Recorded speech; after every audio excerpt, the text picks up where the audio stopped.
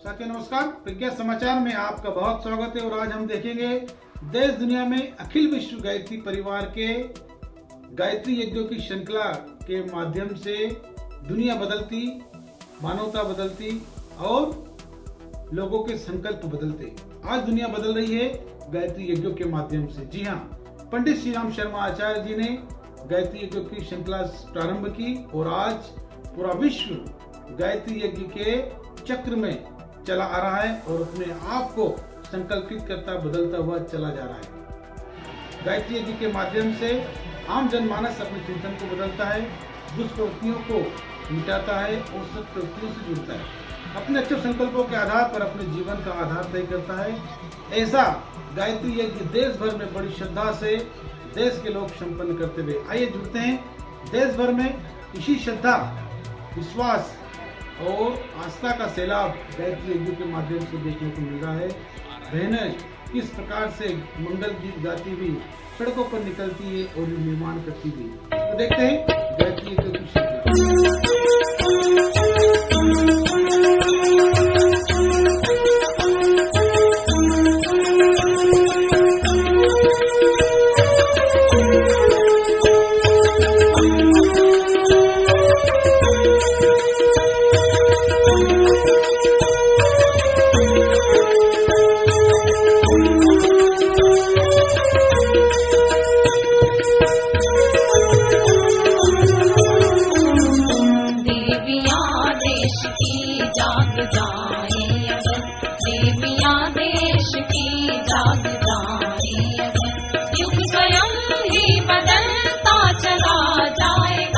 से बड़ी उमंग और उत्साह के साथ गायत्री यज्ञ संपन्न हुआ और 51 कुंडी यज्ञ संपन्न हुआ।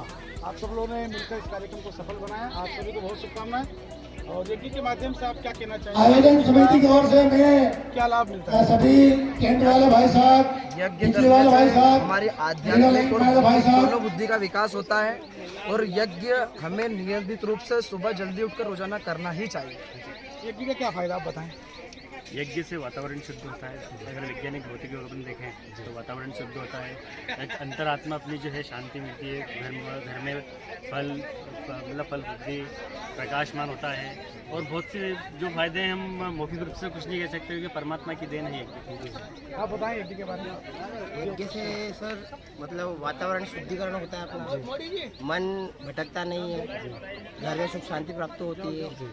जो भी है मतलब बाहर की जो शक्तियाँ रहती है, दुष्ट शक्तियाँ रहती है, वो नष्ट होती है। नष्ट होती है जी। आप सबने यज्ञ 51 कुंडी यज्ञ को सफल बनाया, इसलिए आप सभी को धन्यवाद। और आपसे जानना चाहूँगा भाई साहब, यज्ञ में आपको कैसा लगा?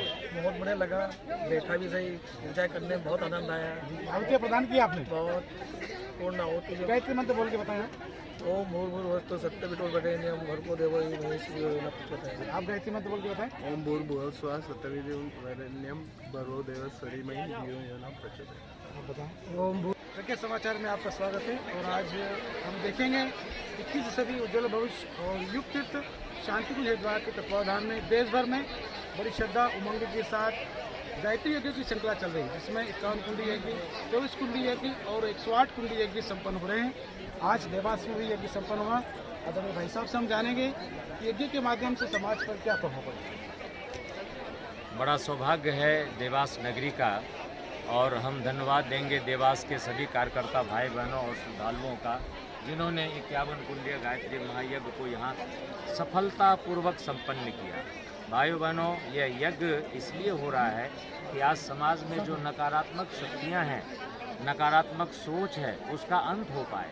परम पूज्य गुरुदेव का संकल्प है मानव में देवत्व का उदय, धरती पर स्वर्ग का अवतरण।